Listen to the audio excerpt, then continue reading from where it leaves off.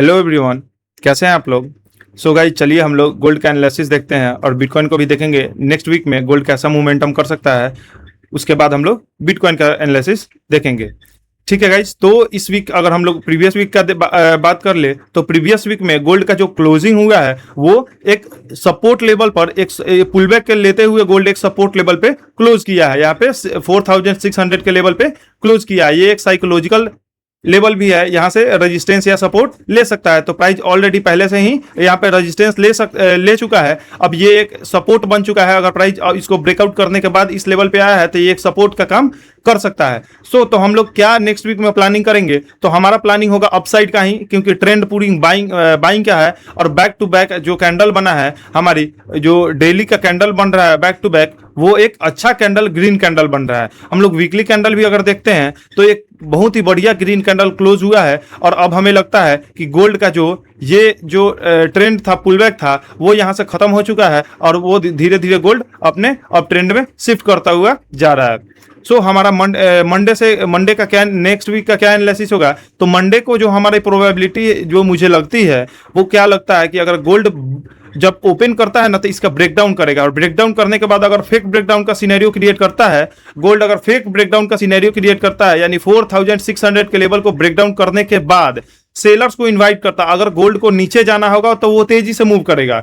अगर यहां पे आकर पॉज करता है, फिर इसका ब्रेकआउट दे देता है और इसी जोन में आ जाता है, तो हम लोग यहां से एक बाइंग साइड का सिनेरियो देख सकते हैं और गोल्ड यहां से अपसाइड के लिए निकल सकता है। ये एक फेक ब्रेकडाउन का सिनेरियो हो सकता है, और नहीं तो यहां से गोल्ड सपोर्ट लेकर अपसाइड जाएगा। बट हम लोग नेक्स्ट वीक में जब तक इस लेवल को ब्रेकडाउन नहीं करता है, यानी जब तक गोल्ड 4565 को ब्रेक नहीं करता है, ये जो सपोर्ट लेवल हमें दिख रहा है 60-65 के आसपास, इस लेवल को ब्रेक नहीं करता है, तब तक हम लोग सेलिंग साइड के लिए कोई प्लानिंग नहीं करेंगे गोल्ड में। जब इस लेवल के डाउन साइड में रहेगा तो हम एक न्यूट्रल रहेंगे, बिल्कुल भी न्यूट्रल रहेंगे, कोई भी डायरेक्शन के लिए डिसाइड नहीं करेंगे। और जब भी ये 4600 को ब्रेकआउट करेगा तो हम लोग अपसाइड का डायरेक्शन ही देखेंगे। हाँ, क्योंकि हमारा ट्रेंड जो है वो अपसाइड का ही है।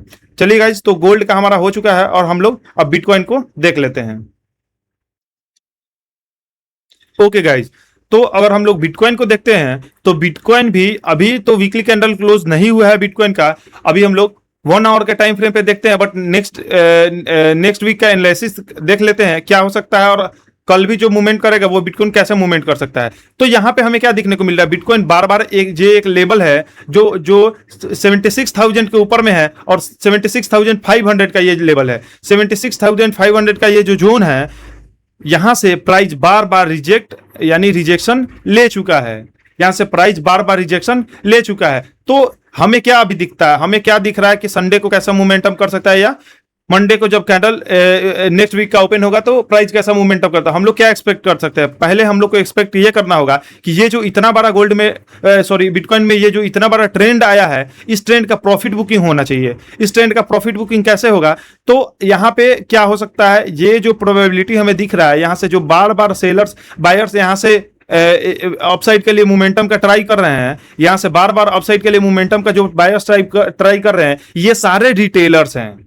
मैं एक चीज बता दूं, ये जितने भी यहाँ पे बाइंग कर रहे हैं ये सारे रिटेलर्स हैं, क्योंकि जो इंस्टीट्यूशन है वो पहले ही बाइंग करके वो अपना प्रॉफिट बुकिंग करके बैठ चुका है और प्रॉफिट बुकिंग कर रहा होगा, धीरे धीरे अपना पोजीशन को एग्जिट कर रहा होगा। ये सारे रिटेलर्स बाइंग कर रहे होंगे। यहाँ पे इसके नीचे लिक्विडिटी जनरेट हो गया होगा, और इस लिक्विडिटी को ग्रैब करने के लिए प्राइस एक बार 76,000 के लेवल को ब्रेकडाउन कर सकता है। और इसके ब्रेकडाउन करने के बाद जब प्राइस 76,000 के ऊपर फिर से ब्रेक करेगा, 76,500 के लेवल को ब्रेक करेगा, फिर हम लोग बाइंग साइड के लिए सिनेरियो देखेंगे।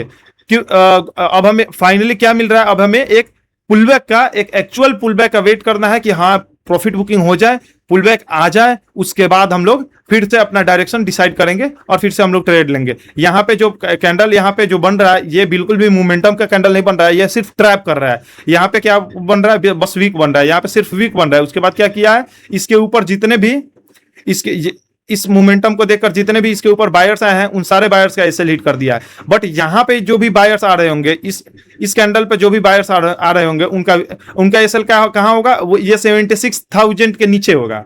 76,000 के लेवल के नीचे एसएल लगा हुआ होगा। तो एक बार मुझे लगता है कि प्राइस एक बार 76,000 के लेवल को ब्रेक करेगा, इसके नीचे का लिक्विडिटी ग्रैब करेगा, उसके बाद प्राइस फिर से अपना डायरेक्शन अपसाइड के लिए डिसाइड करेगा और फिर से अपसाइड में निकलेगा। ये रहा हमारा बिटकॉइन और गोल्ड का एनालिसिस। तो अब नेक्स्ट वीक में देखते हैं हम लोग कैसा मोमेंटम करता है। हमारे एनालिसिस के अकॉर्डिंग मोमेंटम करेगा, बिल्कुल हम लोग ट्रेड प्लान करेंगे और ट्रेड एग्जीक्यूट भी करेंगे। चलिए हम लोग मिलते हैं नेक्स्ट सेशन में।